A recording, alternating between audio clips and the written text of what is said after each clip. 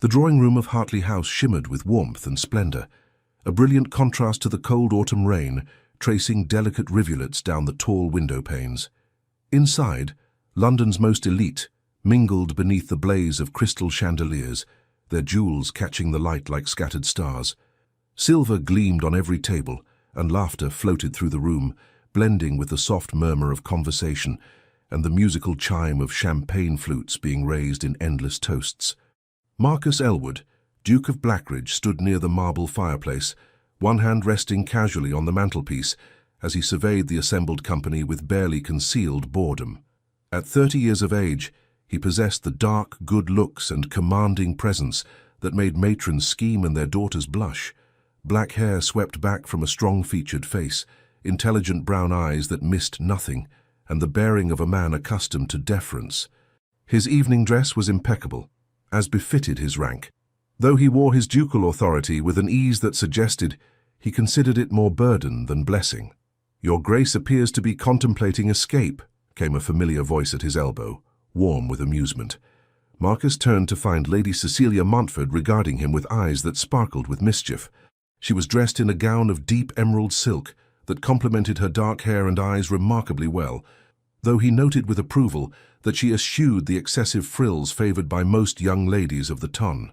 There was an elegance to Cecilia's appearance that spoke of refinement rather than ostentation, her only jewellery a simple strand of pearls that had belonged to her grandmother. "Lady Cecilia," he said, his expression softening into genuine pleasure, "how perspicacious of you.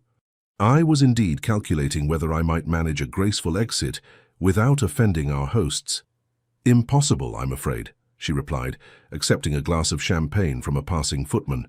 "Lady Hartley has positioned herself strategically near the entrance, rather like a particularly determined sentinel. You would never make it past her." Marcus laughed, a real laugh, not the polite chuckle he employed in most social situations. "Then I suppose I must resign myself to an evening of tedious conversation about the weather, the latest scandals, and the lamentable state of modern society." "How dreadfully pessimistic, Your Grace. Surely the evening need not be entirely lost." Cecilia raised one dark eyebrow in challenge.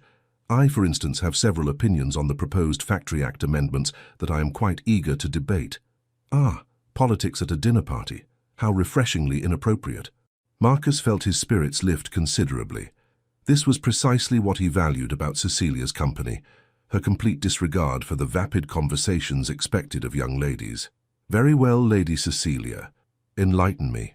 What are your thoughts on limiting working hours for women and children?" "That it is both morally imperative and economically sensible," Cecilia began, her eyes brightening with the passion of conviction. "The current conditions in our factories are utterly disgraceful. Children of 7 and 8 years working 14 hours a day in dangerous conditions. It is unconscionable, Your Grace. Any civilized society should not interfere with the natural order of commerce," Marcus interrupted smoothly, deliberately taking the contrary position because he knew it would provoke an entertaining response. "If factory owners are forced to limit working hours, production will decrease, prices will rise, and ultimately, everyone suffers." Cecilia's cheeks flushed with indignation, making her eyes flash magnificently. "The natural order of commerce? What utter nonsense! There is nothing natural about children losing fingers in machinery or developing lung diseases from textile dust.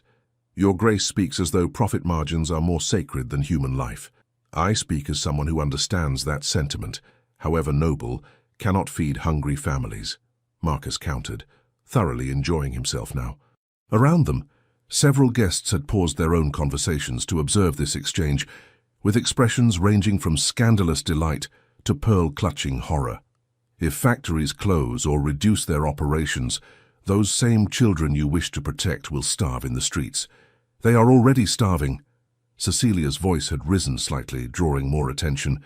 "The wages paid are so pittance that entire families live in squalor, despite working themselves to death. The answer is not to continue this barbaric exploitation, but to ensure fair wages and humane conditions, so that adults can earn enough to support their children without forcing them into dangerous labor." "And you believe factory owners will simply accept reduced profits out of the goodness of their hearts?" Marcus was aware that his enjoyment of this debate was perhaps unseemly, but Cecilia's passionate conviction was utterly captivating. Most young ladies of his acquaintance would have wilted under his opposition. Cecilia seemed only to grow more animated.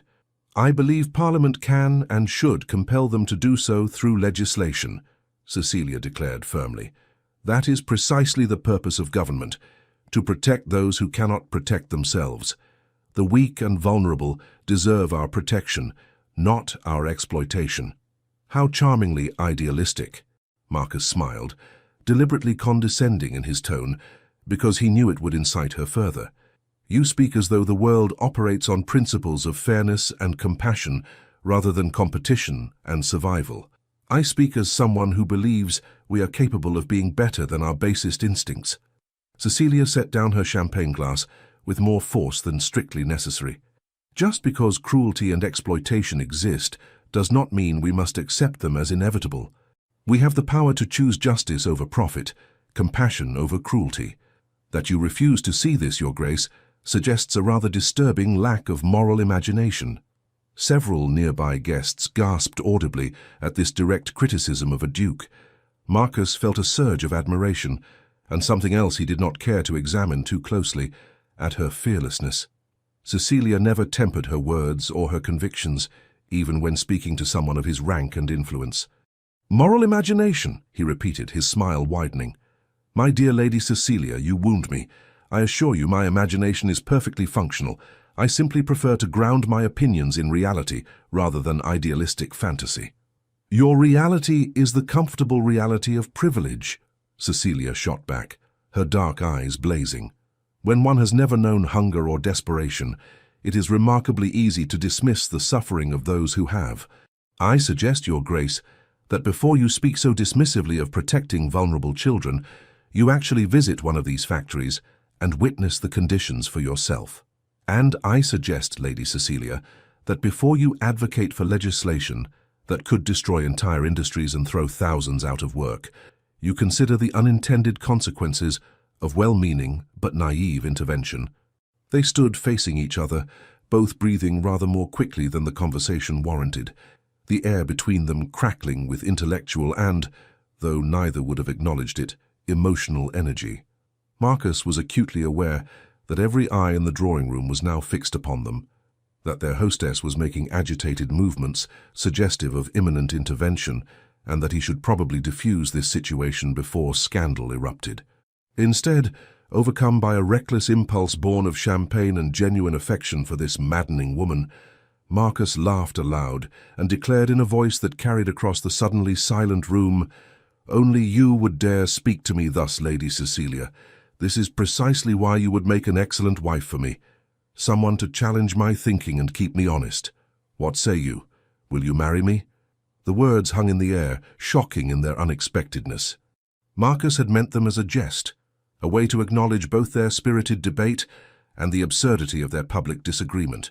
But even as the words left his lips, he recognized his mistake. Cecilia's expression transformed instantly. The fierce debater disappeared, replaced by a woman whose eyes suddenly shone with joy and disbelief. Her hand flew to her throat, fingers trembling against her pearls. She faltered, then smiled with such radiant happiness that Marcus felt his stomach drop.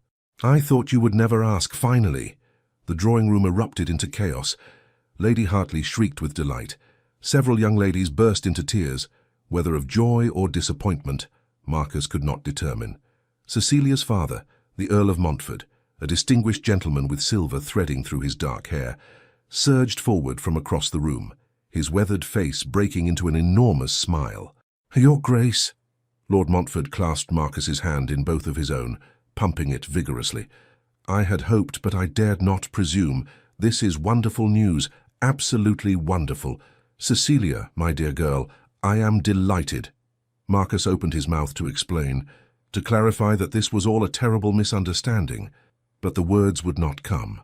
How could he, before this assembly of society's most prominent members, announce that his proposal had been merely a joke? How could he humiliate Cecilia so publicly, revealing that her joyful acceptance was based on a cruel misunderstanding? Cecilia had moved to her father's side, her face still glowing with happiness. She glanced at Marcus, and in her eyes he saw something that made his chest constrict painfully. Not just joy, but hope. And beneath that, a vulnerability that suggested this moment meant far more to her than he had ever imagined. "Father, Cecilia's voice was soft, almost wondering. "I confess I am quite overcome. His Grace has taken me entirely by surprise." "Surprised us all, my dear." Lady Hartley had swooped in, her substantial form quivering with excitement. Such a romantic proposal. Who would have imagined the Duke of Blackridge possessed such a passionate nature, declaring his intentions in front of all of us? How wonderfully unconventional. Marcus stood frozen, trapped by the consequences of his own recklessness. Around him, well-wishers pressed close, offering congratulations, speculating about wedding dates, already calculating the social implications of this unexpected alliance. The Earl of Montfort was beaming, his pride and joy evident in every line of his face. Cecilia herself seemed transported to some realm of happiness he had never before witnessed in her. And he had done this with a thoughtless jest. "Your Grace?" Cecilia's soft voice cut through the cacophony. She stood before him, her expression now questioning, as though she sensed something amiss in his silence. "Are you quite well? You seem rather pale." Marcus forced himself to smile, to take her hand in his, the first time he had ever touched her beyond the formality of a dance or escort. Her fingers were slender and warm, trembling slightly in his grasp. Merely overwhelmed by the suddenness of it all, he managed, the lie tasting bitter on his tongue. "Forgive me, Lady Cecilia. I had not planned. That is, I did not expect." "Neither did I," she said softly, her eyes searching his face. "But I am glad, so very glad." The trust in her gaze, the happiness that seemed to radiate from her very being, struck Marcus like a physical blow. In all their months of friendship, all their spirited debates and shared laughter, he had been blind to what now seemed painfully obvious. Cecilia's feelings for him went far deeper than mere friendship, and he had just entrapped her in an engagement based on a moment of foolish levity. "We must set a date." Lady Hartley was already organizing, her voice rising above the general din. "Perhaps a spring wedding. April is lovely, though March could be managed if we—" "Surely there is no need for haste," Marcus interjected, desperate for time to extract himself from this disaster. "Lady Cecilia and I will need time to plan properly." "Nonsense!" Lord Montfort clapped him on the shoulder with the familiarity of a future father-in-law. "When two people know their minds, why delay? Besides, the season is well underway. Best to secure your happiness before some other matter intervenes, eh?" Marcus felt the trap closing around him with each passing moment. The conventions of society, the expectations of propriety, the honor that governed every aspect of his life, all conspired to bind him to this engagement. To withdraw now would be to humiliate Cecilia before all of London, to damage her reputation irreparably, to mark her as the woman rejected by a duke. He could not do it. Not here, not now, not when she looked at him with such joy and trust. "Of course," he heard himself say, the words emerging as though from a great distance. "You are quite right, Lord Montfort. Why delay indeed?" The celebration continued around him, champagne flowing freely, toasts proposed and drunk with enthusiasm. Cecilia remained at his side, her hand still in his, occasionally glancing up at him with an expression that combined happiness with lingering disbelief, as though she feared this might all prove to be some wonderful dream from which she would soon awaken. Marcus played his part, accepting congratulations with appropriate grace, answering questions about his intentions and plans with carefully non-committal responses. But beneath the facade of the delighted bridegroom, his mind raced frantically, seeking some way to extricate himself from this situation without causing irreparable harm. When at last the dinner bell rang, and the company began moving toward the dining room, Marcus found himself escorting Cecilia, her arm tucked through his in a gesture that now felt weighted with obligation rather than casual friendship. "I can scarcely believe it," Cecilia murmured as they walked, her voice pitched for his ears alone. "All these months, I thought, I was certain you regarded me merely as a friend, someone with whom to debate and discuss. I never imagined—" She broke off, her cheeks coloring becomingly. Marcus felt guilt twist in his gut like a knife. "Cecilia," he began, uncertain what he meant to say. "I know I am not the sort of woman you were expected to marry," she continued, her words tumbling out in an uncharacteristic rush. "I am too opinionated, too argumentative, too little concerned with the frivolities that occupy most ladies. But I promise you, Your Grace, I shall endeavor to be a good wife. I shall not embarrass you with my debates or challenge you so publicly. I can moderate my nature, I can—" "Stop," Marcus said more sharply than he intended. The thought of Cecilia suppressing the very qualities that made her herself, that made their friendship so valuable, was somehow worse than all the rest of this catastrophe. "You will do no such thing. I would not have you change yourself." She looked up at him, her dark eyes shining with unshed tears. Of happiness, he realized, with another stab of guilt. "Truly, truly," he confirmed, though the word felt like lead in his mouth. You are quite perfect as you are, Lady Cecilia." She smiled then, brilliantly, and Marcus understood with sinking certainty that he had made this situation infinitely worse. Each word of reassurance, each gesture of apparent affection, would only deepen the eventual wound when the truth came out. For it would have to come out. He could not marry Cecilia based on a lie, could not build a lifetime on the foundation of a thoughtless joke. But how to tell her without destroying her completely? As they entered the dining room, where places of honor had already been arranged for the newly engaged couple, Marcus caught sight of himself in a gilt-framed mirror. The face that looked back at him appeared composed, perhaps even pleased, the very picture of a fortunate man. Only he could see the truth behind the image. He was a coward and a fool, trapped by his own carelessness in a situation from which he could see no honorable escape. The dinner proceeded with interminable slowness. Course followed course. Turtle soup, salmon in cream sauce, roasted pheasant, venison in port wine, delicate pastries and jellies, each accompanied by appropriate wines and abundant conversation. Marcus forced himself to eat, to respond appropriately to the endless stream of well-wishes and barely veiled curiosity about how long he had secretly admired Lady Cecilia. Cecilia herself seemed to glow in the candlelight, more animated and lovely than he had ever seen her.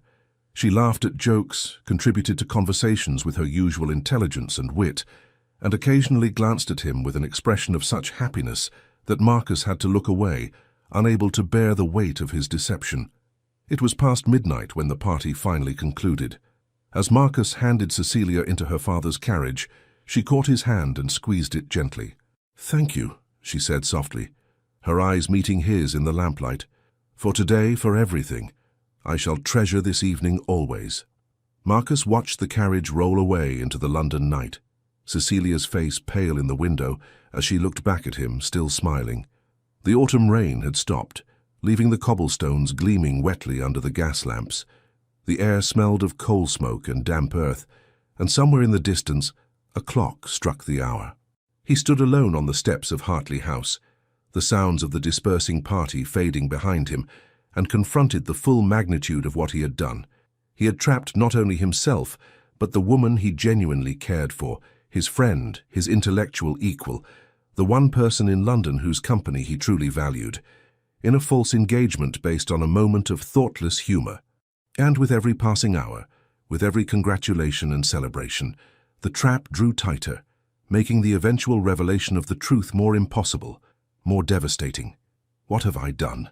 Marcus whispered into the empty night, but the darkness offered no answer, only the echo of his own guilt and the memory of Cecilia's trusting, joyful smile. Marcus spent a sleepless night pacing the Persian carpets of his study in Blackridge House, a whiskey decanter, his only companion as the hours crawled toward dawn. The room was lined with books, philosophy, history, political treatises, testaments to a mind that valued logic and reason above all else. Yet tonight those faculties seemed to have abandoned him entirely. He had considered, briefly, writing to Cecilia immediately to clarify the misunderstanding. But even as he sat at his desk, pen in hand, he found himself unable to form the words. How did one explain such a thing in writing? "Dear Lady Cecilia, regarding my proposal last evening, I must inform you that it was merely a jest, and your acceptance has created an unfortunate complication." No, the very thought made him feel ill. By the time his valet arrived at 8 o'clock to prepare him for the day, Marcus had made no progress toward a solution. His reflection in the shaving mirror revealed dark circles beneath his eyes and a general appearance of dissipation that would certainly fuel speculation about a bridegroom's eagerness. "If I may say so, Your Grace appears somewhat fatigued," his valet ventured cautiously as he arranged Marcus's cravat.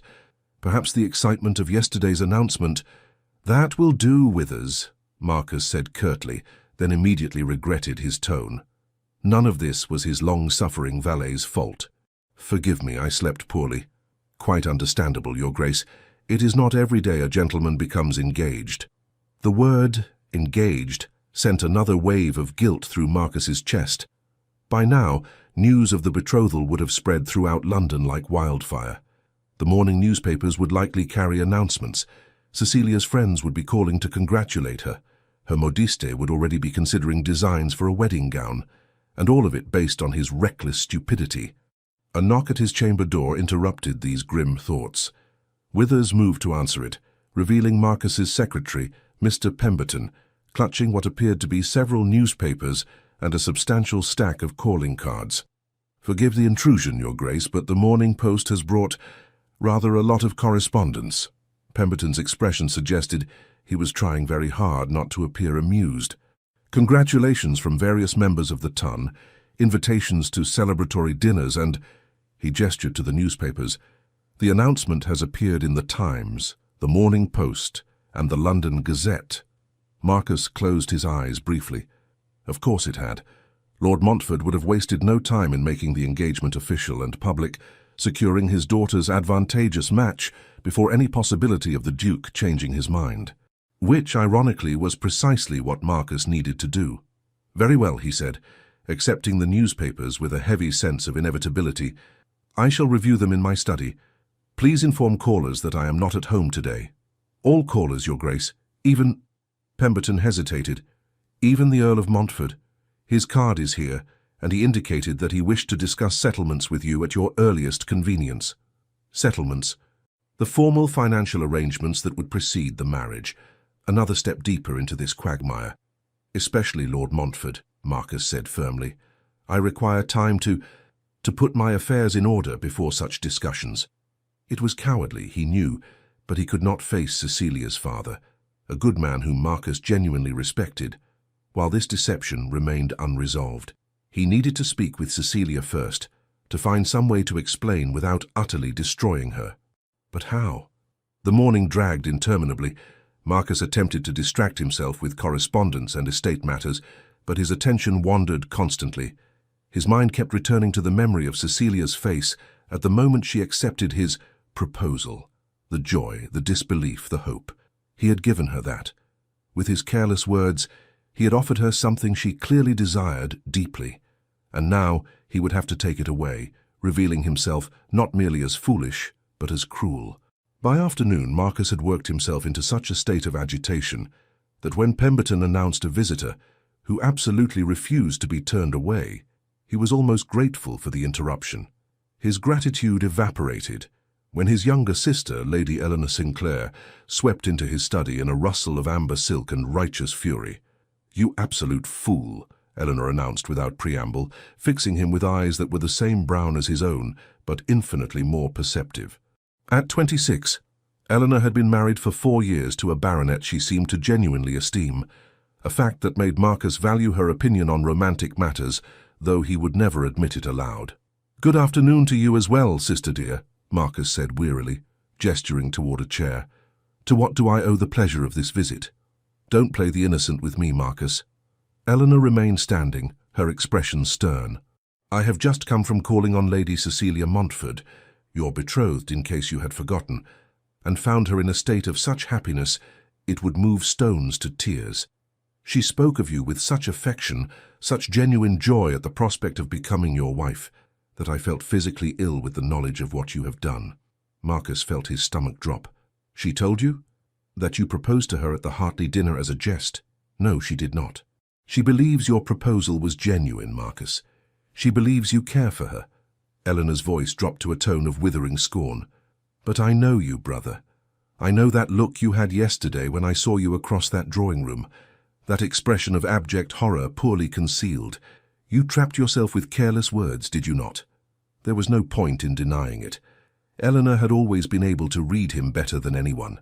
Marcus sank into his chair, suddenly exhausted. "It was meant as a jest," he admitted quietly. "We were debating, as we often do, and she was so passionate and brilliant in her arguments that I was overcome with admiration and affection.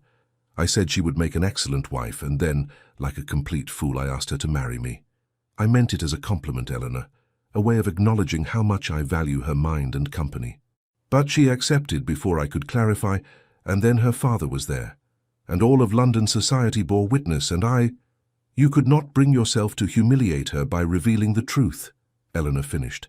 She moved to sit across from him, her expression softening slightly. "Oh, Marcus, what a terrible muddle you have made. I am aware of that. Thank you." Marcus ran a hand through his hair, destroying Withers's careful styling.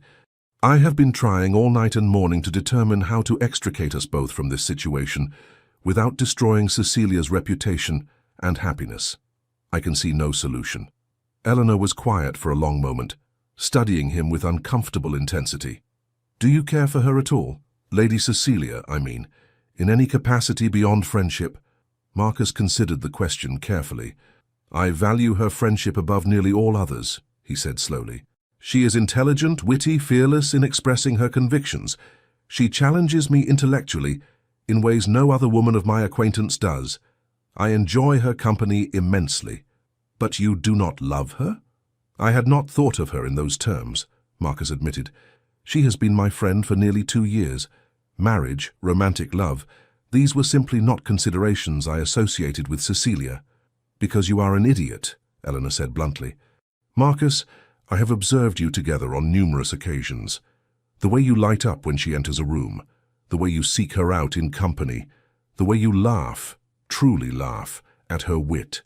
Most men would recognize these as signs of at least the potential for deeper feeling. But you, in your arrogance, assumed friendship was the ceiling of your regard, rather than merely its foundation." Marcus wanted to protest, but found he could not. Was Eleanor right? Had he been blind to his own feelings, so caught up in the comfortable safety of friendship that he failed to recognize something deeper? "Even if that were true," he said carefully, "it does not change the fundamental dishonesty of this engagement. Cecilia believes I proposed out of genuine romantic feeling. To marry her while allowing her to persist in that belief would be to build our entire marriage on a lie." "Then tell her the truth," Eleanor said simply. "And break her heart? Humiliate her before all of society?" Marcus shook his head. "I saw her face yesterday, Eleanor. This means something to her, something important. How can I destroy that?" "How can you not?" Eleanor leaned forward, her expression intent. "Marcus, you speak of not wishing to hurt her, but consider what you are proposing instead. You would marry her while harboring this secret, allowing her to believe a fiction about the nature of your feelings. What happens when she eventually discovers the truth? And she will discover it. Secrets of this magnitude always emerge. Then you will have not merely wounded her, but betrayed her trust completely. Is that truly the more honorable course?" Marcus felt the truth of her words like blows. She was right, of course. Perpetuating the deception would only compound the original injury. But the alternative, confessing now, revealing the cruel joke at the heart of this engagement, seemed equally impossible. "I do not know what to do," he said finally, the admission costing him dearly. "For perhaps the first time in my life, Eleanor, I am utterly at a loss." His sister's expression softened with sympathy. "Then I shall tell you what you must do, though you will not like it. You must go to Lady Cecilia and tell her the truth, all of it. How the proposal came about, why you did not correct the misunderstanding immediately, and what your true feelings are, insofar as you understand them. You must give her the choice of how to proceed with full knowledge of the circumstances. She will despise me," Marcus said quietly.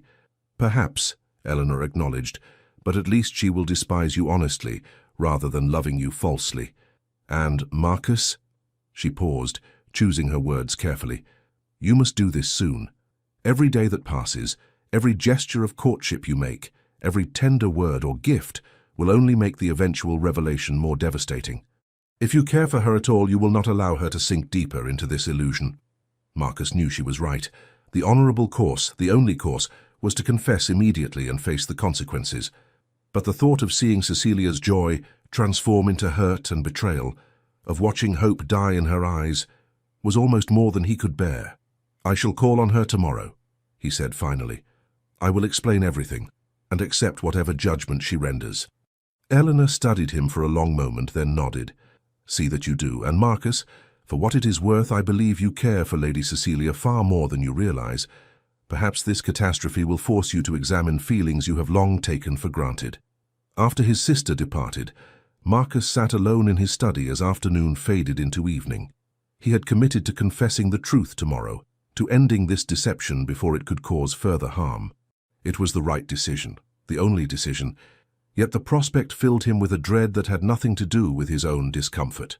He was afraid of hurting Cecilia, not merely of the social embarrassment or the scandal, but of genuinely wounding someone for whom he cared deeply. Somewhere beneath the friendship and intellectual companionship, beneath his own blindness and stupidity, there existed real feeling. He recognized that now. But was it love? And did it matter when he had already ensured through his own carelessness that Cecilia would never trust his feelings again? Marcus poured another whiskey and watched darkness fall over London, steeling himself for the conversation that would, one way or another, alter both their lives forever. The next morning arrived with grey skies that threatened rain, matching Marcus's mood as his carriage rolled through London toward the Montford townhouse in Grosvenor Square. He had rehearsed what he would say a dozen times, but each version seemed inadequate to the magnitude of his confession. The Montford butler showed him into an elegant morning room, decorated in shades of cream and pale blue. Cecilia rose as he entered, her face lighting with a smile that struck him like a physical blow. "Your Grace, what a wonderful surprise!" She was dressed in a simple morning gown of lavender muslin, her dark hair arranged in soft curls that framed her face. She looked young and lovely and entirely too happy to see him. "I had not expected you to call today. Father mentioned you were occupied with estate matters." "Lady Cecilia," Marcus bowed, his throat suddenly tight. "I hope I am not intruding. I wish to speak with you privately, if you would permit it."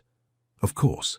Cecilia gestured to the butler to close the doors, then seated herself on a small sofa, indicating the space beside her. "Come, sit. You seem quite serious, Your Grace." "Is something amiss?" Marcus remained standing, unable to bear the intimacy of sitting beside her while preparing to shatter her happiness. "Cecilia, I must speak with you about our engagement, about how it came to pass." "Our engagement?" She tilted her head, puzzled but not yet alarmed. "I confess I am still quite astonished by the whole affair. You're not having second thoughts, are you? I know I can be rather outspoken and unconventional, but I truly believe we should suit well. Our minds are compatible and—" "Please let me speak," Marcus interrupted gently. He moved to the window, unable to meet her eyes for what he must say. "What I'm about to tell you will be difficult to hear. I beg you to allow me to finish before you respond." The quality of silence behind him changed, acquiring a tension that suggested Cecilia had recognized the gravity of his tone. "Very well," she said quietly. "I am listening." Marcus forced himself to begin, the words emerging with painful slowness. "At the Hartley dinner, when I proposed to you, He paused, gathered his courage, and turned to face her. She deserved to see his expression, to judge his sincerity for herself. "It was meant as a jest, Cecilia, a thoughtless joke born of my enjoyment of our debate and my admiration for your passion and intelligence. I never intended it as a genuine proposal of marriage." He watched the words register, so understanding dawn in her eyes, followed immediately by confusion and hurt. The color drained from her face, leaving her pale as marble. "A jest?" she repeated, her voice barely above a whisper. "You proposed to me as a joke?" "Yes," Marcus said, the admission heavy with shame. "I did not mean, I never intended for you to accept. I thought the absurdity of the situation, the public setting, would make clear that I was being facetious. But you responded before I could clarify, and then your father arrived and society bore witness, and I—" He paused, struggling for words adequate to his failure. "I could not bring myself to humiliate you by revealing the truth in that moment. So I allowed the misunderstanding to continue, thinking I would find some private way to explain. But with each passing hour the deception only deepened, and now you come to tell me the truth," Cecilia finished, her voice remarkably steady, though her hands trembled in her lap. "How very noble of you, Your Grace."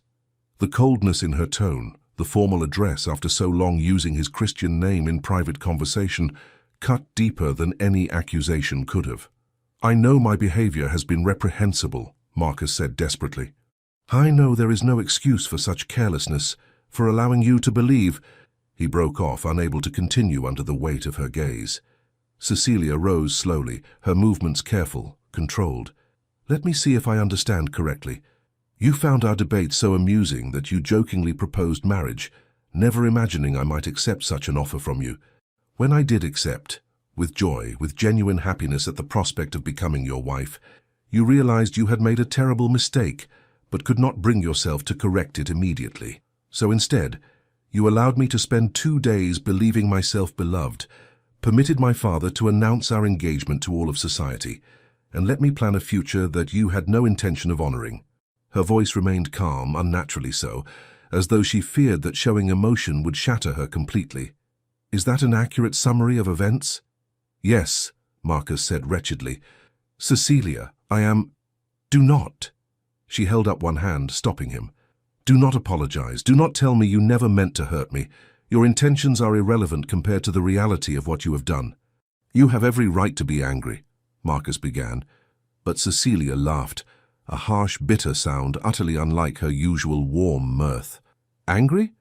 Oh, Your Grace, anger would be a mercy. What I feel is humiliation so profound I can scarcely draw breath. Do you know what I told my friends yesterday? How I described your proposal? I said it was romantic, that you had declared your feelings before all of London because you could no longer contain them. I wept with joy, Marcus. I actually wept because the man I had admired for 2 years, the man whose friendship I treasured above all others, had finally seen me as something more than a convenient debating partner. Each word struck Marcus like a lash. "You cared for me," he said, understanding finally dawning with terrible clarity. "Truly cared for me beyond mere friendship. Of course I cared for you." Cecilia's composure finally cracked, tears spilling down her cheeks, though her voice remained steady. "Did you think I spent all those hours in your company, sought your opinions, valued your friendship simply to pass the time? I have been in love with you for months, Marcus. Desperately, foolishly in love, with a man who apparently viewed me as little more than an entertaining companion, with whom to practice his wit." The confession hung between them, raw and painful. Marcus felt something twist in his chest, grief, perhaps, or recognition of something precious destroyed before he had even recognized its existence. "I never viewed you as merely entertainment," he said hoarsely. "Cecilia, you are my dearest friend. I value your mind, your spirit, your courage more than I can express. If I failed to recognize my own feelings, if I was blind to the depth of yours, it was not from lack of regard, but from—" "From what?" Cecilia demanded, anger finally breaking through her controlled facade. "From what, Marcus? Stupidity, arrogance, the assumption that I, with my unfeminine opinions and inappropriate debates, could never be worthy of romantic consideration? That a woman like me should be grateful for friendship and never dare to hope for more? No!" Marcus crossed the room without thinking, desperate to make her understand. "It was none of those things. I simply never allowed myself to consider you in that light because I valued our friendship too highly to risk it. The women I was expected to marry were insipid creatures with whom I had nothing in common. You were different. You were real and honest and yourself. I placed you in a separate category, thinking I was honoring you, when in truth I was merely protecting myself from examining feelings that frightened me." Cecilia stared at him, tears still tracking down her cheeks. "And now that you have been forced to examine those feelings, what have you discovered?" It was the crux of everything, the question that had haunted Marcus through his sleepless night. He could give her comfortable lies, could claim the indifference his careless proposal suggested, or he could offer the truth, raw and uncertain as it was. "I have discovered," he said slowly, meeting her eyes with all the honesty he possessed, "that I am a fool who very nearly destroyed something precious out of sheer blindness. I have discovered that your absence from my life these past 2 days has been agony, that the thought of hurting you, of causing the pain I now see in your face, is unbearable. I have discovered that what I dismissed as mere friendship may in fact have been love all along." hidden even from myself because I was too cowardly to acknowledge it. For a long moment, Cecilia simply looked at him, her expression unreadable. Then she shook her head slowly, fresh tears spilling. "It is too late," she whispered. "Even if what you say is true, even if you do care for me, how can I believe it? How can I trust anything you say after this? You trapped me in a false engagement, Marcus. You allowed me to parade my happiness before society, while knowing it was all based on a cruel joke. Every word of affection you might speak now is tainted by that deception. I will never know if you mean it, or if you are simply trying to salvage the situation." The truth of her words struck Marcus like a blow. She was right. He had destroyed the very foundation on which trust might have been built. Even if his feelings were genuine, even if he had finally recognized the depth of his regard for her, she would have no way to believe him. "What would you have me do?" he asked quietly, accepting his defeat. "I will honor any decision you make regarding our engagement. If you wish to end it, I will take full public responsibility. I will ensure society knows the fault was entirely mine, that you were the victim of my thoughtless behavior. Your reputation will be protected as much as possible." Cecilia laughed again, that same bitter sound. "My reputation. Marcus, the moment you withdraw from this engagement, for whatever reason, I become the woman rejected by a duke. Society will speculate endlessly about what deficiency in me caused you to change your mind. I will be pitied, gossiped about and marked as undesirable marriage material for any other gentleman of good standing." "Then what would you have me do?" Marcus repeated, his own frustration breaking through. "I have confessed the truth, because to do otherwise would have been a greater betrayal. I have acknowledged my feelings such as I understand them. I have offered to accept the consequences of my actions. What more can I do, Cecilia?" "You can leave," she said quietly, turning away from him to stare out the window at the grey London morning. "You can leave and allow me time to consider what I wish to do about this disaster you have created. Whether I choose to end our engagement or continue it, the decision must be mine alone, made without pressure or persuasion from you." Marcus wanted to protest, to argue that leaving now meant abandoning her to face this crisis alone. But he recognized the justice in her request. He had taken away her agency once with his careless proposal. The least he could do was allow her to reclaim it now. "Very well," he said softly. "I will await your decision. But Cecilia—" He paused at the door, needing her to hear this even if she could not yet believe it. "I am truly sorry. For the joke, for the deception, for failing to see what was before me until it was too late. You deserved far better than what I have given you." She did not turn from the window, did not acknowledge his words beyond a slight nod. Marcus let himself out, each step away from her, feeling like a small death. As his carriage rolled away from Grosvenor Square, Marcus stared blindly at the passing streets, and finally allowed himself to confront the full weight of Eleanor's accusation. He had been an idiot, blind, arrogant, and foolish. He had taken Cecilia's friendship for granted, never questioning why her company pleased him above all others, why he sought her opinion before anyone else's, why her laughter could transform his entire day. He had loved her, perhaps, for longer than he realized, and through his own carelessness and cowardice he had ensured that she would never be able to trust that love, even if it were genuine. The rain that had threatened all morning finally broke. As his carriage pulled up to Blackridge House, sheets of water washing over the cobblestones like tears. Marcus sat in the downpour for a long moment, before finally ascending the steps to his empty home, wondering if he had just made the greatest mistake of his life, not in making a foolish joke, but in waiting too long to recognize what truly mattered. 3 weeks passed with no word from Cecilia. Marcus honored her request for time and space, though it cost him dearly. He did not call at the Montford residence, did not attempt to send notes or gifts, did not try to force a resolution through intermediaries. Instead, he endured the peculiar torture of seeing their engagement announced in the newspapers while knowing the truth behind it, of accepting congratulations from acquaintances while uncertainty gnawed at him constantly. Society, of course, noticed his absence from Lady Cecilia's side. Speculation ran rampant through drawing rooms and gentlemen's clubs. Whispers that the Duke had developed cold feet, that Lady Cecilia had revealed some deficiency of character, that the engagement was not quite as solid as initially believed. Marcus ignored it all, refusing to provide fuel for the gossip mongers through either comment or reaction. But ignoring society did not mean he could ignore the ache of Cecilia's absence from his life. It was remarkable, he reflected during his solitary evenings, how completely one person could infiltrate every aspect of existence without one's awareness. He would begin to read a political treatise and think Cecilia would have thoughts on this, before remembering that Cecilia's thoughts were no longer available to him. He would attend parliamentary sessions and find himself composing arguments in his head, anticipating her responses, only to return to an empty house where those conversations could never occur. Eleanor called regularly, providing what news she could glean from her own visits to Lady Cecilia, though she made clear her displeasure at having to play messenger. "She attends functions when she must," Eleanor reported one grey afternoon as they took tea in Marcus's library, "but she leaves early. Lady Montfort is beside herself with worry, though Cecilia insists she is merely fatigued. She does not speak of you, Marcus, not to condemn, not to defend, not even to acknowledge your existence.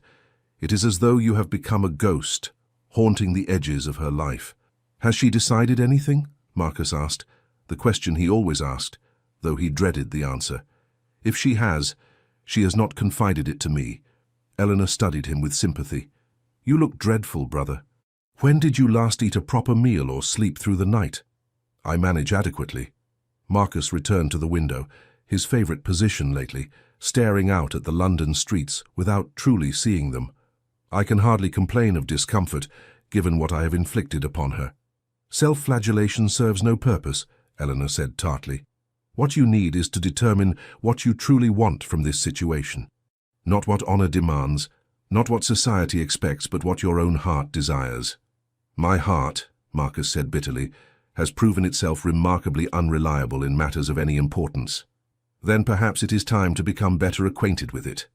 Eleanor rose, preparing to depart. "Cecilia will make her decision eventually, Marcus. But when she does, you must be prepared to act on your own convictions, rather than simply reacting to hers. Determine what you want, and be ready to fight for it." After she left, Marcus contemplated his sister's words. What did he want? The question seemed simple, yet its answer eluded him. He wanted Cecilia to forgive him, certainly. He wanted to restore the friendship they had shared, the easy companionship and intellectual exchange. But was that all? The memory of her tear-stained face haunted him. "I have been in love with you for months, Marcus. Desperately, foolishly in love. Love." The word that had terrified him for so long, that he had avoided considering in relation to Cecilia, because acknowledging it would have required action, vulnerability, risk. But what was he risking now? He had already lost her friendship through his cowardice. He had already wounded her through his blindness. What remained to fear? That night, unable to sleep, Marcus finally allowed himself to examine his feelings with complete honesty. He loved Cecilia, not merely as a friend, not simply as an intellectual companion, but with the full depth of romantic attachment he had so carefully avoided acknowledging. He loved her wit and her passion, her fearlessness and her compassion. He loved the way she challenged him, provoked him, made him think beyond his comfortable assumptions.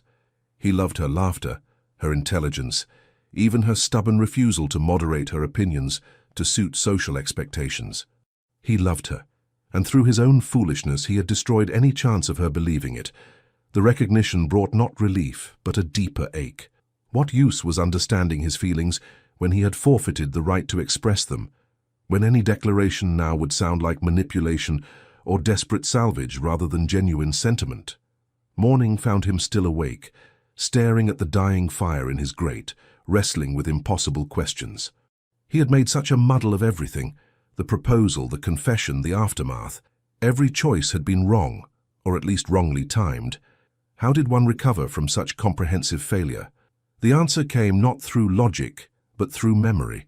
He recalled their first meeting at a parliamentary wives' tea that Cecilia had been attending with her stepmother.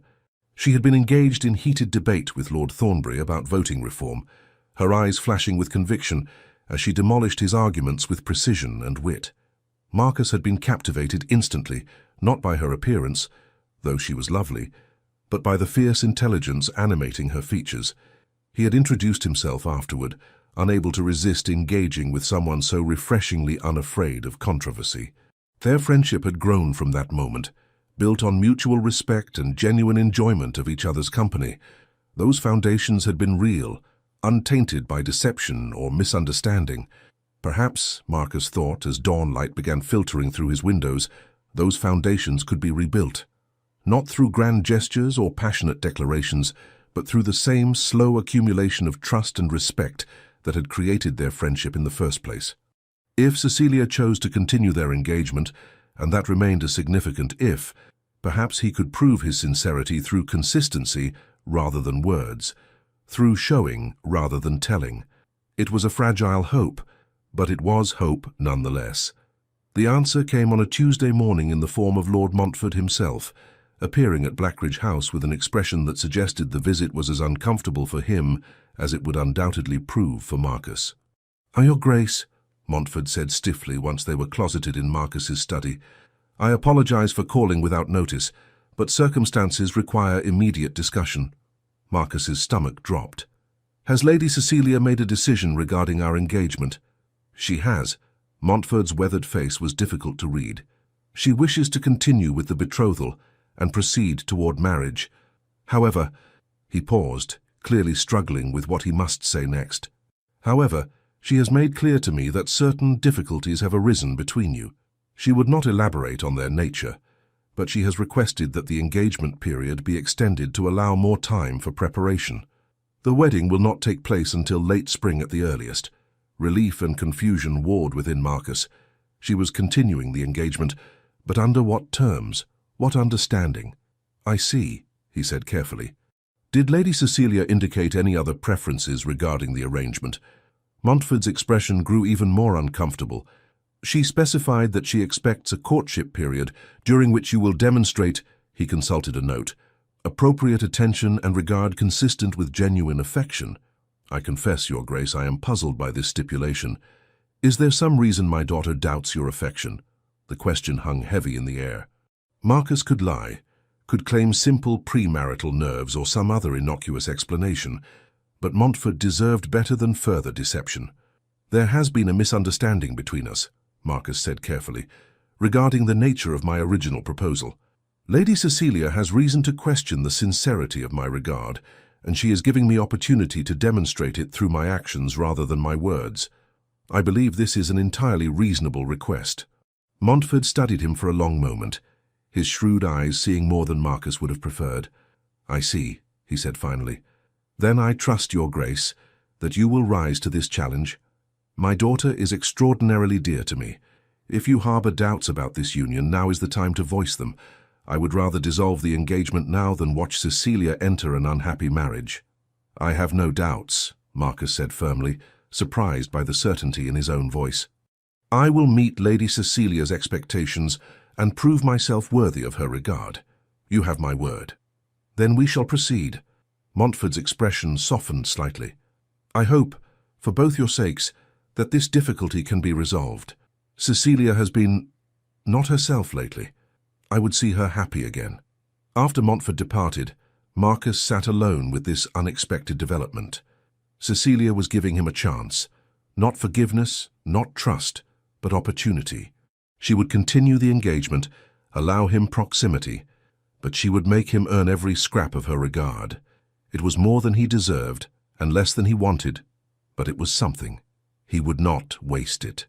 His first opportunity came that evening at the Pemberton soiree, one of the season's major social events. Marcus arrived deliberately late, knowing Cecilia would already be in attendance. He spotted her across the crowded ballroom, dressed in sapphire silk that made her dark eyes seem even more luminous. She was speaking with a young gentleman Marcus vaguely recognized as Lord James Ashford, and her laugh, that warm, genuine laugh he had not heard in weeks, struck him like a blow. She had laughed for Ashford, but not for him. The recognition stung, but Marcus forced himself to observe rather than react. Cecilia was beautiful when she laughed, her whole face transforming with joy. That he had stolen that joy through his carelessness was perhaps his greatest crime. He approached carefully, not wishing to startle her. "Lady Cecilia." "Lord Ashford." Cecilia's expression shuttered instantly upon seeing him, the laughter dying from her eyes. "Your Grace," she said with perfect politeness and complete emotional distance. How unexpected to see you here. I could not miss the opportunity to see you, Marcus said quietly, pitching his voice for her ears alone. It has been too long. 3 weeks, Cecilia said coolly. Hardly an eternity, though I understand time passes differently for some than others. Lord Ashford, clearly sensing undercurrents beyond his understanding, made his excuses and withdrew.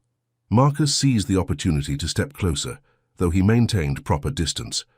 I received your decision through your father, he said. Thank you for giving me this chance. Do not thank me yet, Cecilia replied, her dark eyes meeting his with unsettling directness. I have not forgiven you, Marcus. I have merely decided that dissolving our engagement would cause more harm than continuing it, to both of our reputations and to my father's satisfaction. But this is a business arrangement now, not a love match. You wished to avoid marriage based on false sentiment. Consider your wish granted. The words were knives, each one finding its mark. Is that truly what you want? Marcus asked softly. A marriage in name only, built on obligation rather than affection? What I wanted is no longer relevant, Cecilia said, her composure never wavering. You made certain of that when you revealed the foundations of this engagement. Now I will settle for what is practical and socially advantageous. Surely you, with your logical mind and realistic expectations, can appreciate that approach.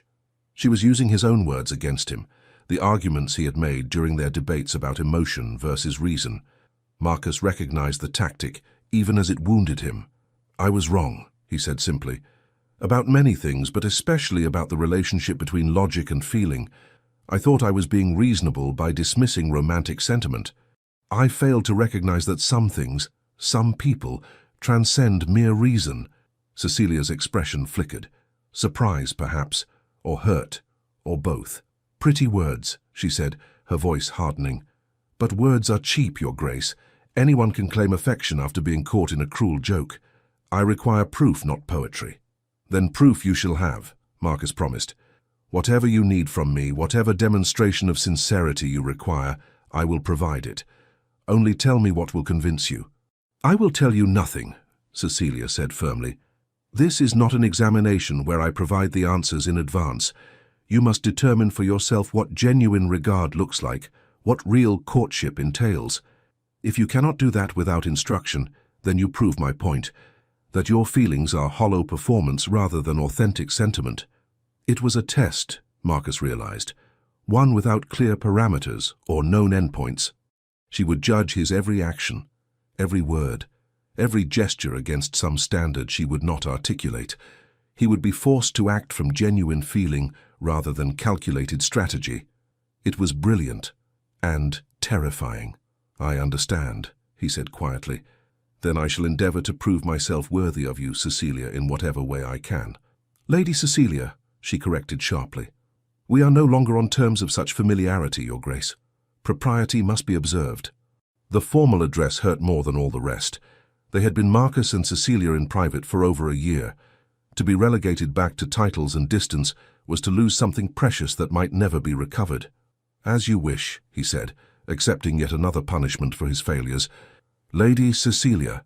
She nodded, then turned away to rejoin the other guests, leaving Marcus alone with the recognition that this would be infinitely harder than he had imagined. Cecilia would give him no assistance, no encouragement, no sign that his efforts were effective. He would have to navigate entirely by instinct and hope, trying to reach someone who had armored herself against him. But as he watched her move through the ballroom, graceful and guarded, Marcus felt something solidify within him. He had made a catastrophic mistake, yes. He had wounded someone he cared for deeply. But he would not compound that mistake by giving up, or by offering anything less than his complete, genuine effort at redemption. Cecilia deserved his best. Finally, belatedly, he would give it to her. The courtship that followed was unlike anything Marcus had experienced or imagined. He called at the Montford residence daily, always properly chaperoned, bringing flowers that Cecilia accepted with polite thanks and no visible pleasure. He escorted her to exhibitions and concerts, where she maintained perfect propriety and emotional distance. He engaged her in conversation on topics he knew interested her, only to receive responses that were intelligent but impersonal, as though she was speaking to an acquaintance rather than her betrothed. Lord Ashford called often as well, Marcus noted with growing unease, and Cecilia seemed to enjoy his company far more than Marcus's, laughing at his jokes, engaging with his observations, showing the warmth and animation she denied Marcus. Whether she did this deliberately to wound him, or whether Ashford simply pleased her more, Marcus could not determine. But watching another man make Cecilia smile while his own presence only brought guardedness was its own form of torture.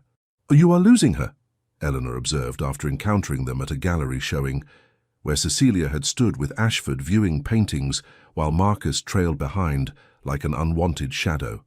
"She is moving on, Marcus. Can you not see it?" "I see it," Marcus said grimly.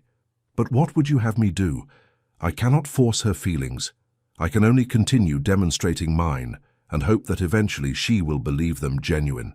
"Then demonstrate them more effectively," Eleanor urged. "Grand gestures, brother. Declarations. Show her through action that she matters more to you than pride or propriety." But what grand gesture could penetrate Cecilia's armor? What declaration could she not dismiss as calculated performance? Marcus found himself paralyzed between the need to prove his sincerity and the fear that any attempt to do so would only confirm her belief that he was playing a role rather than revealing genuine feeling. The breakthrough came unexpectedly. At yet another society function, the Carlisle ball notable primarily for the excessive heat produced by too many people in too small a space, Marcus had been standing near the refreshment table, watching Cecilia dance with Lord Ashford for the third time that evening, when he overheard a conversation that made his blood run cold. "Poor Duke of Blackridge," Lady Pembroke was saying to her companion, her voice carrying clearly over the music. "Trapped by his own careless words into an engagement with a woman entirely unsuitable for his station. One can hardly blame him for looking so miserable at these events." "She is pretty enough," her companion replied, "but far too opinionated for a duchess.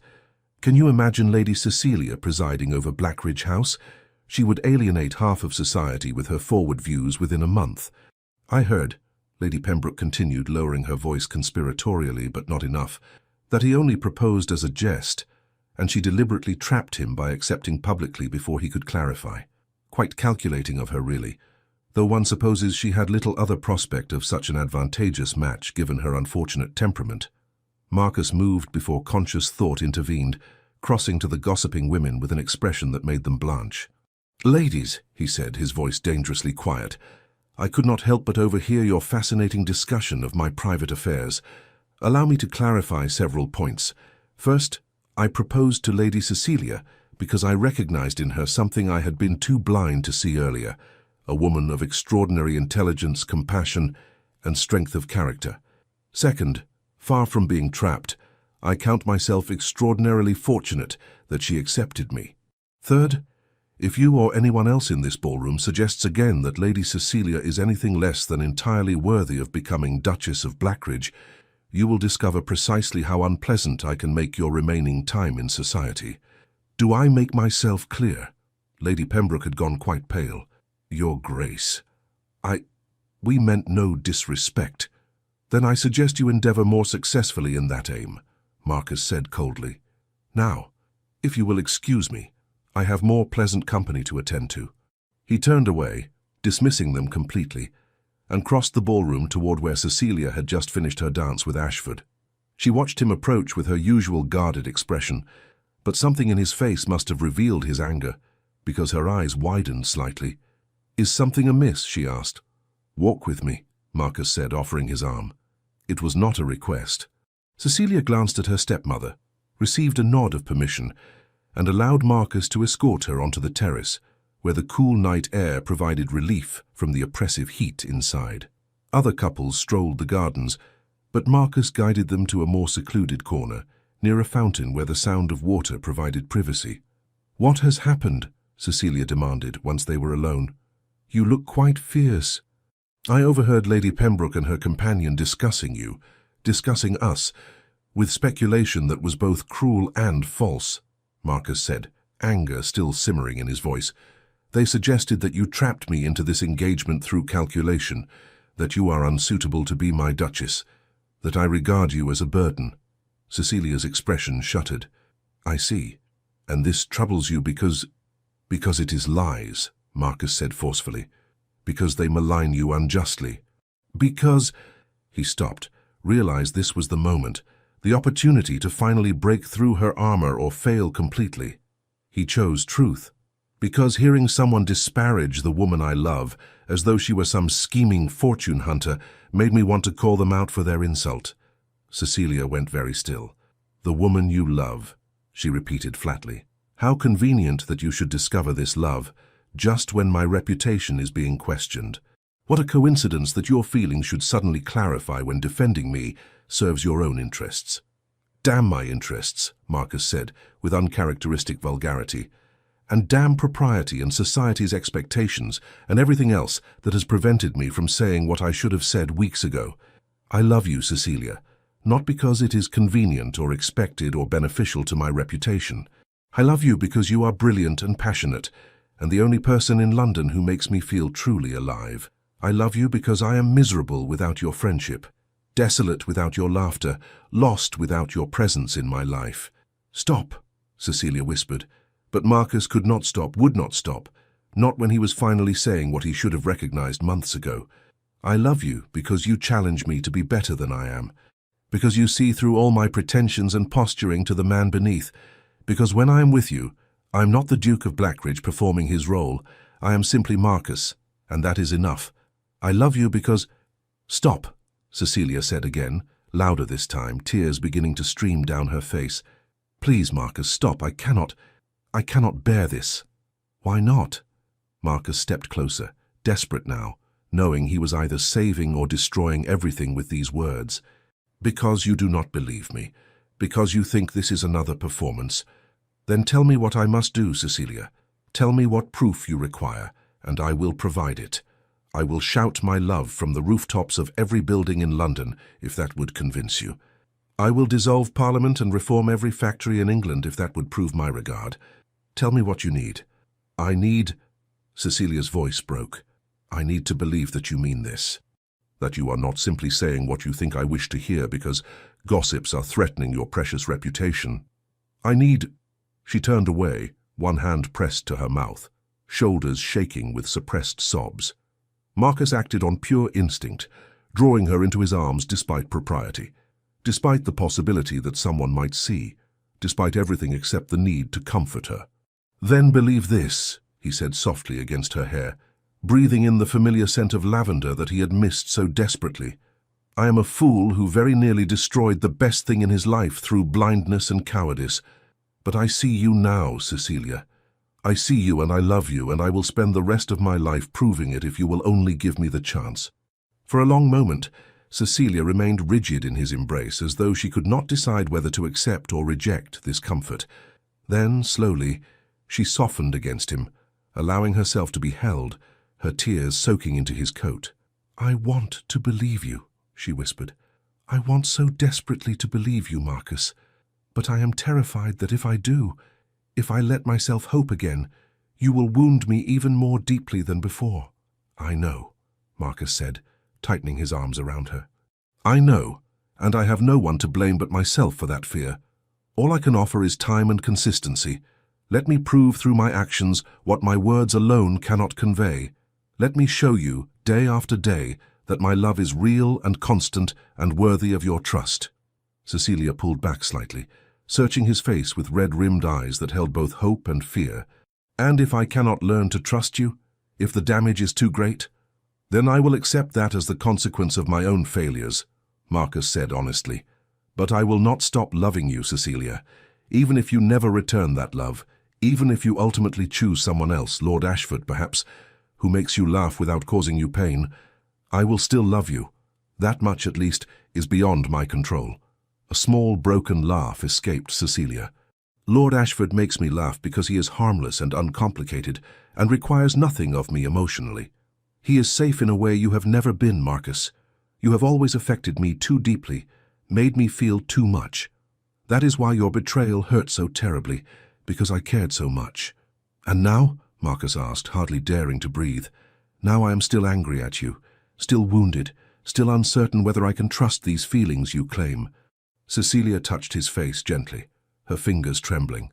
"But I want to try. Against my better judgment, against all reason and self-protection, I want to give us, Give you another chance. I need to give us another chance. Does that make me foolish? It makes you merciful, Marcus said, turning his head to press a kiss to her palm. Far more merciful than I deserve, but I will not waste this gift, Cecilia. I swear to you, I will earn back your trust, your affection, your love, however long it takes. Then we shall see, Cecilia said softly. We shall see if actions truly do speak louder than words. But Marcus, her expression grew serious. No more deceptions, no more performances or calculations. If we are to build something real, it must be founded on complete honesty, even when that honesty is uncomfortable or unflattering. Can you promise me that? I promise, Marcus said solemnly. No more masks, no more pretense. You will have all of me, Cecilia, the good and the deeply flawed. Only please allow me to call you Cecilia again rather than Lady Cecilia. That formality has felt like a wall between us. A genuine smile touched Cecilia's lips for the first time in weeks, small and tentative but real. Very well, Marcus, no more walls, though I make no promises about when or if I shall allow you to kiss me properly, rather than merely my hand. I will wait, Marcus said, though the thought of kissing Cecilia properly, of holding her without restraint, without the shadow of his betrayal between them, made his heart ache with longing. I will wait as long as necessary. They stood together on the terrace, the sounds of the ball continuing inside, the fountain singing its endless song beside them. It was not a resolution, Marcus knew. Not forgiveness, not complete reconciliation, but it was a beginning, fragile and uncertain, but genuine. And for now that would have to be enough. The weeks that followed brought a transformation in Marcus and Cecilia's relationship that was subtle but profound. True to his word, Marcus made no grand gestures or elaborate declarations. Instead, he focused on consistency, showing up, paying attention, demonstrating through small daily actions that his regard was genuine and enduring. He called every afternoon at the Montford residence, bringing not expensive gifts but thoughtful tokens. A pamphlet on factory reform he thought would interest her, a newspaper article about women's education in America, a particularly fine lavender sachet when he noticed her previous one had faded. He listened when she spoke, truly listened, not merely waiting for his turn to reply, and remembered the things she told him, referencing them in later conversations to show his attention was genuine. When they attended social functions together, Marcus made no effort to monopolize her time. Instead, he remained available but not oppressive, allowing Cecilia to engage with others while ensuring she knew he was present should she need or want him.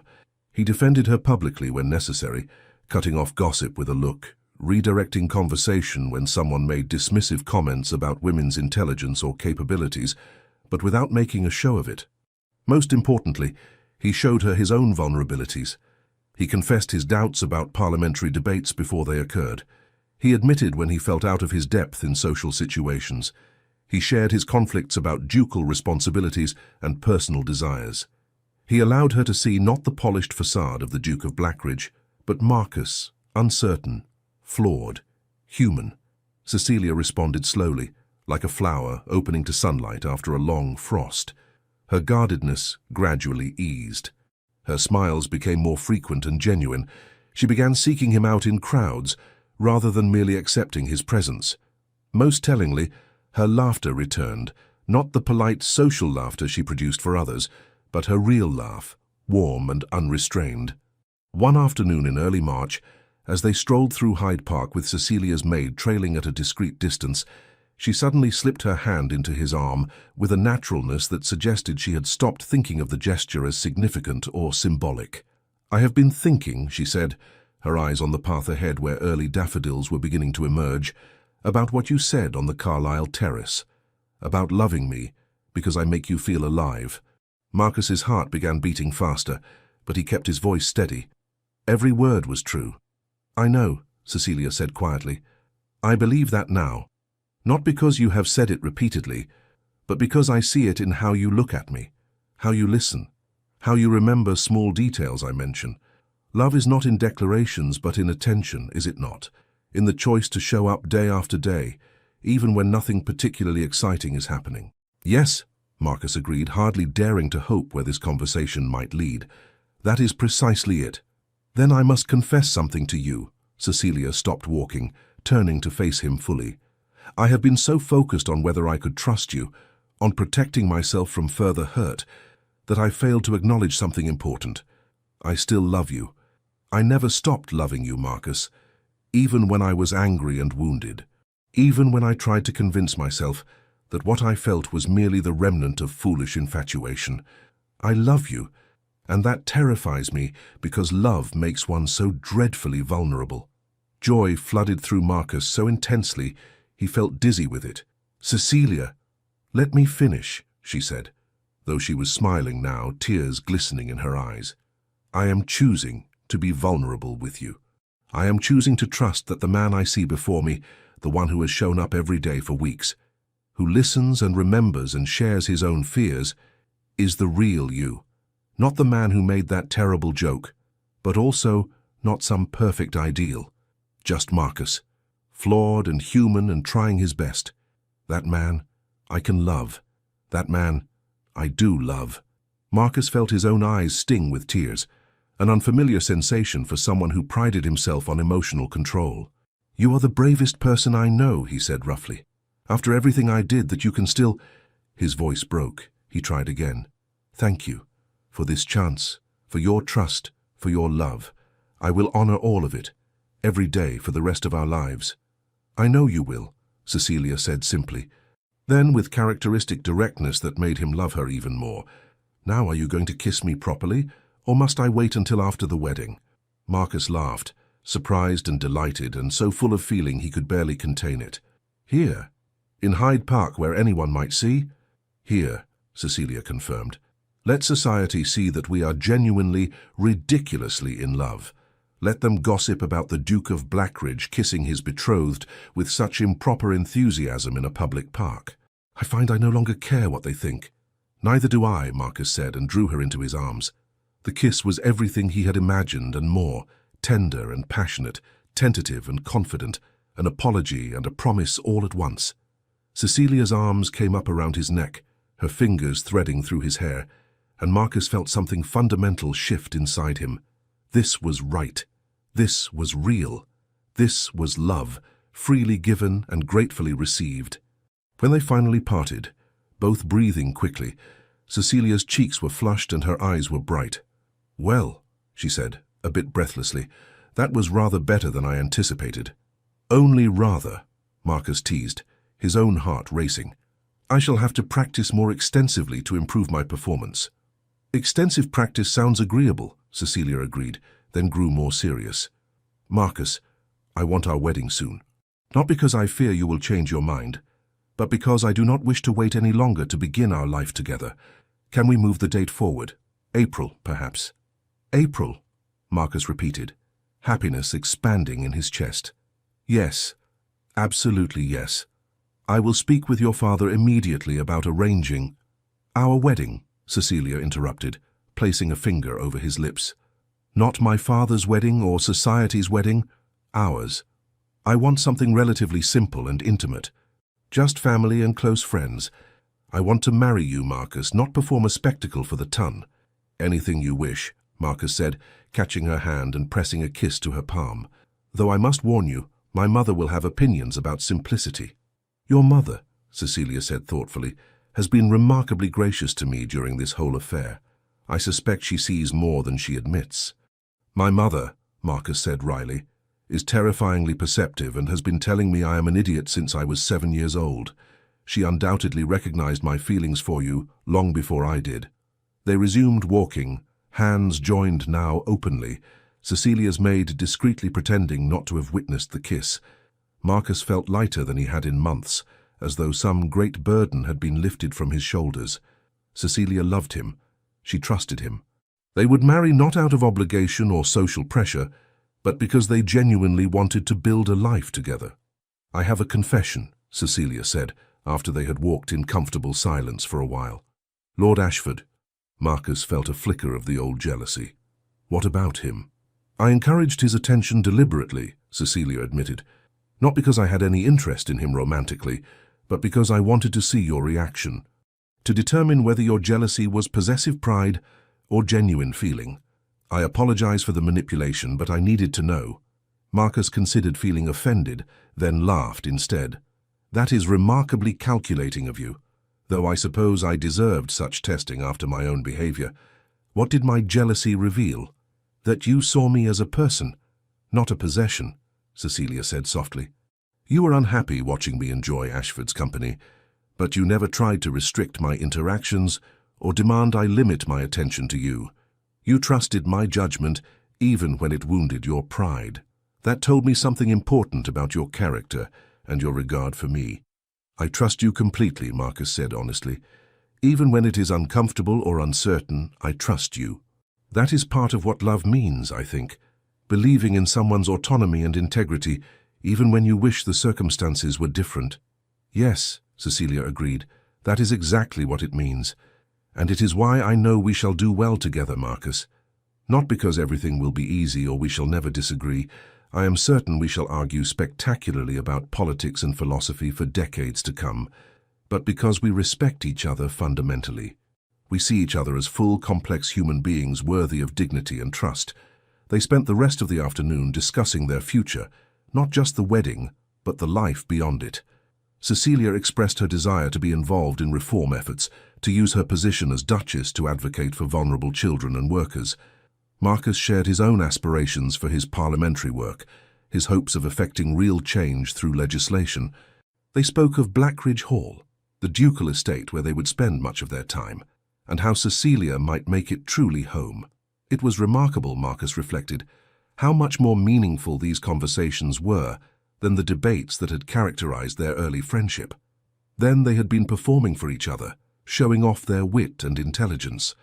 Now they were planning genuinely, sharing not just ideas, but hopes and fears, building something real together. The wedding took place on a bright April morning in the chapel at Blackridge Hall. True to Cecilia's wishes, it was an intimate affair, perhaps 50 guests in total, mostly family and close friends. The chapel was decorated simply with spring flowers, daffodils, tulips, and of course lavender. Marcus stood at the altar in his finest coat, his hands remarkably steady despite the emotion threatening to overwhelm him. Eleanor stood to one side, her smile gentle and knowing.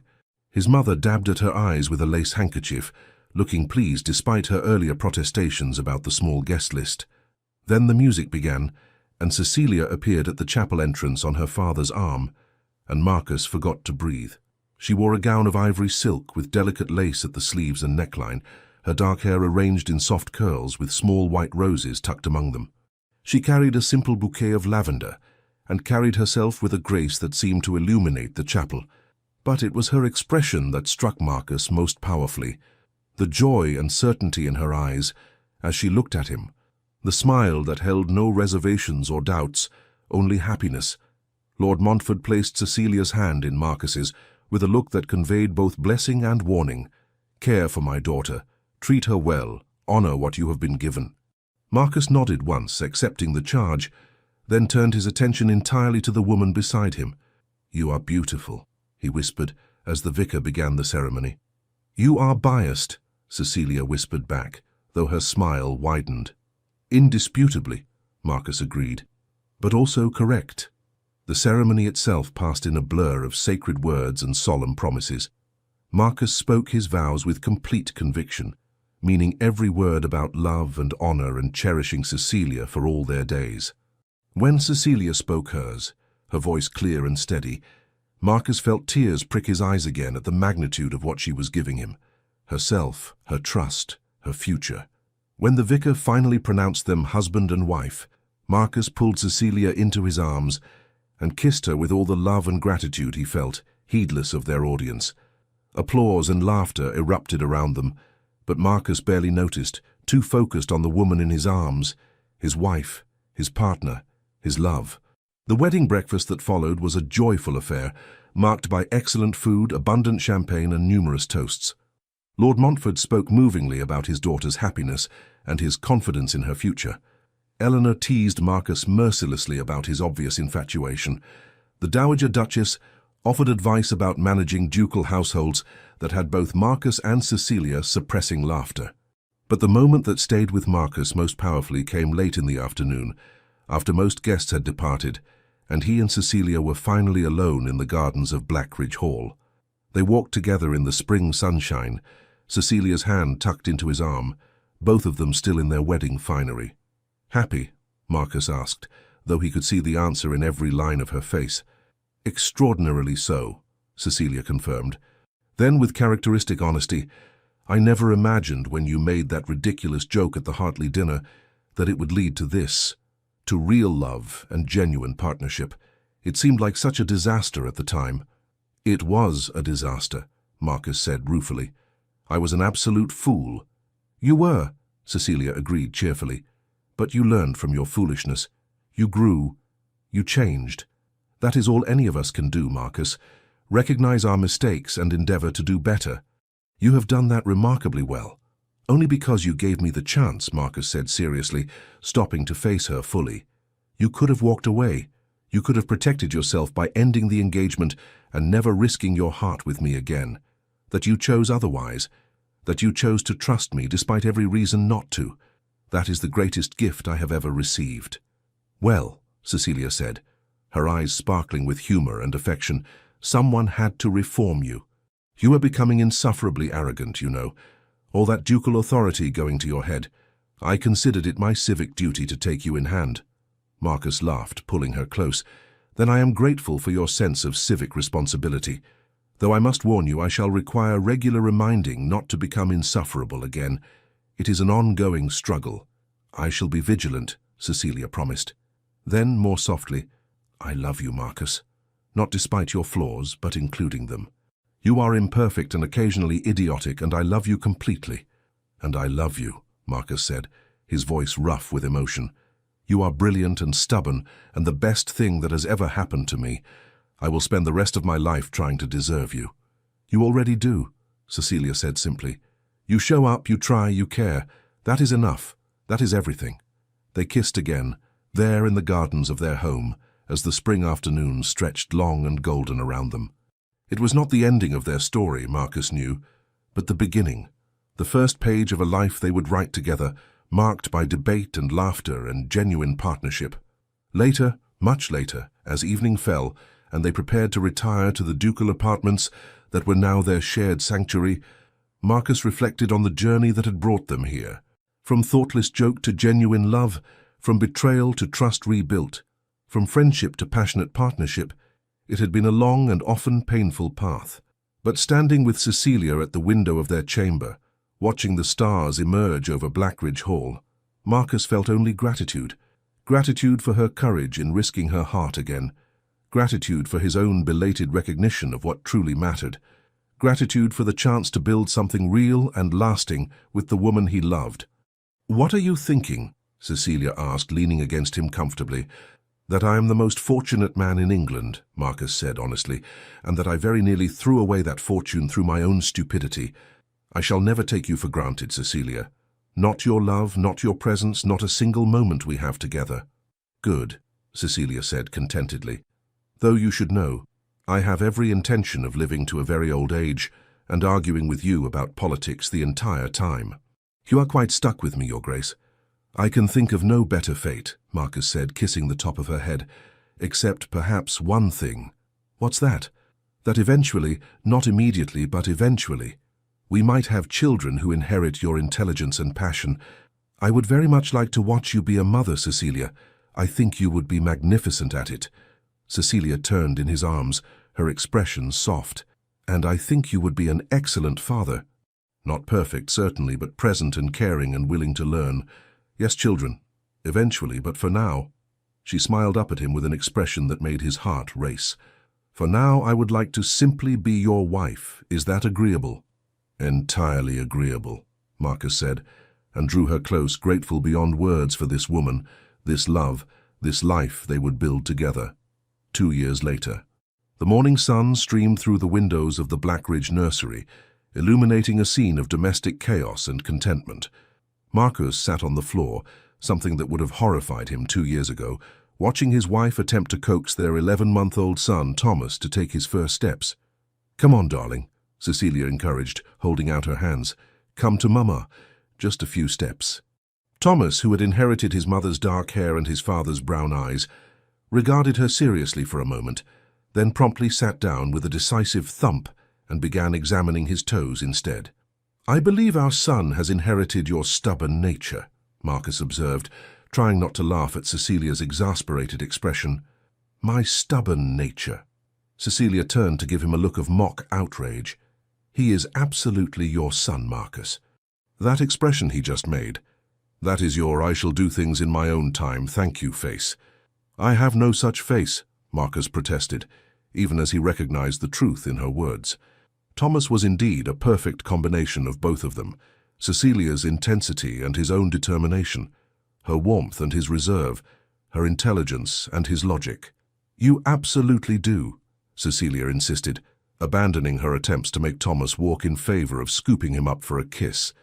"You make it whenever I suggest you should perhaps attend fewer parliamentary sessions and more social events, or whenever Eleanor tells you that your latest speech was too long, or whenever—" "I concede the point," Marcus interrupted, rising from the floor to join them.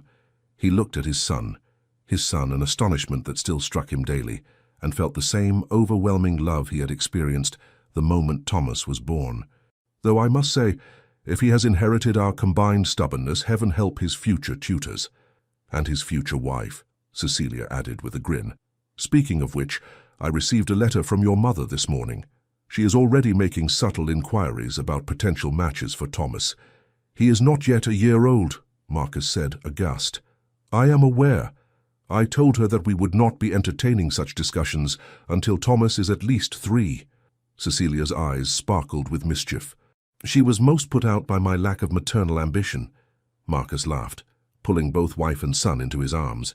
"You are a terrible daughter-in-law." "I am an excellent daughter-in-law," Cecilia corrected. "I simply refuse to allow your mother to arrange Thomas's entire life before he can even walk. We shall let him choose his own path, make his own mistakes, find his own way, just as we did." "Even if that path leads him to propose to someone as a joke at a dinner party?" Marcus asked wryly.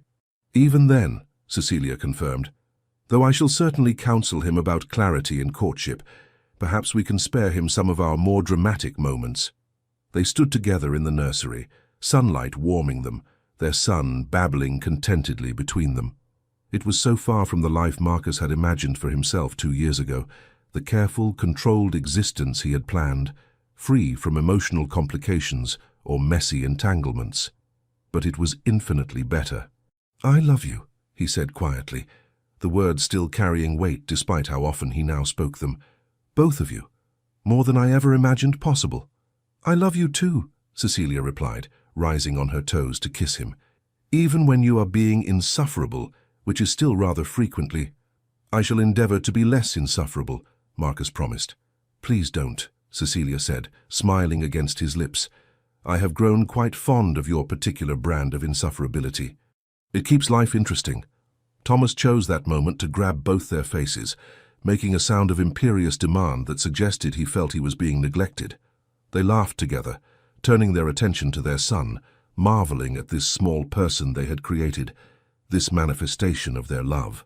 Later, after the nurse had taken Thomas for his nap, and Marcus and Cecilia had retreated to the library for their customary afternoon tea, they resumed the political debate they had been conducting for the past week about proposed education reforms.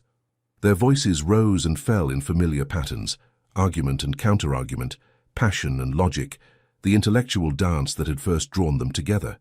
"You are being deliberately obtuse," Cecilia accused, though her eyes were bright with enjoyment. "I am being realistic," Marcus countered. "Your idealism, while admirable, does not account for the practical difficulties of implementation." "Your realism is simply cynicism dressed in pragmatic clothing," Cecilia shot back. They continued in this vein for another hour, thoroughly enjoying themselves, until Cecilia suddenly paused mid-argument and said, "Do you remember when we first met? That tea where I was debating Lord Thornbury?" "Of course," Marcus said. "You demolished his argument so thoroughly that he avoided you at social functions for months afterward." "I was terribly nervous," Cecilia confessed. "I knew you were watching, and I so wanted to impress you. Even then I think I was a little bit in love with you, though I would never have admitted it." Marcus felt his heart constrict with tenderness. "And I was captivated. I told myself it was merely intellectual appreciation, But Eleanor claims she knew even then that I was lying to myself about my feelings. Eleanor is insufferably perceptive, Cecilia agreed, though I suppose we should be grateful for her interference. If she had not forced you to confront your feelings after that disastrous confession, you might have let pride keep us apart. True, Marcus acknowledged. He crossed to where Cecilia sat, pulling her to her feet and into his arms. I was a fool about many things back then. I'm trying very hard not to be a fool anymore. You are succeeding admirably, Cecilia assured him, though I do have one complaint about our current arrangement. What's that? We have been married for 2 years and I still win the majority of our debates. You really must improve your argumentation skills, Your Grace. I'm beginning to suspect you sometimes concede points simply to please me. Marcus laughed, delighted as always by her competitive nature. Guilty as charged. Though in my defense, watching you celebrate your victories with such enthusiasm is its own reward. Flattery, Cecilia accused, but she was smiling. Very well.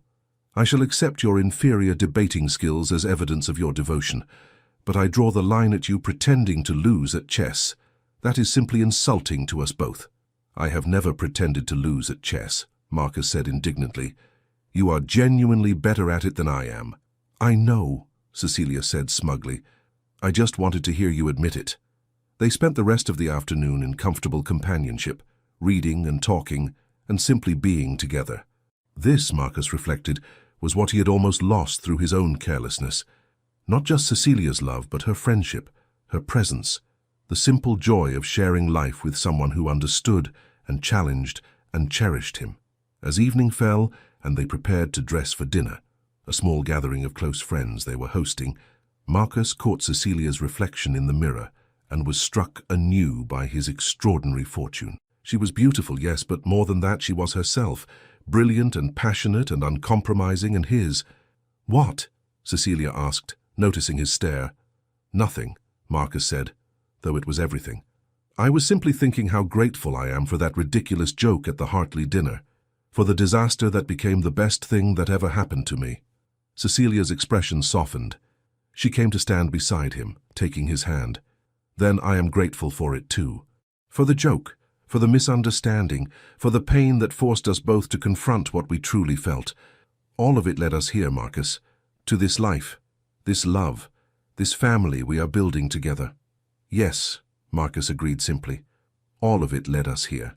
And standing together in the soft light of evening, hands joined and hearts aligned, they moved forward into their future. Not perfect, never perfect, but genuine and hard-won and entirely their own. The end. Thank you for staying with us until the end of this story. If you felt your heart race, break and mend again, with Marcus and Cecilia's journey from misunderstanding to true love, you're not alone. We invite you to subscribe, like, comment, and share this video to support our storytelling family. From the bottom of our hearts, your support inspires us to keep bringing you more original love stories, full of passion, redemption, and emotional depth. At the end of this video, we suggest another tale from our channel. Click and let yourself be surprised by more powerful stories just like this one. With Love, The Legends of the Fall Team.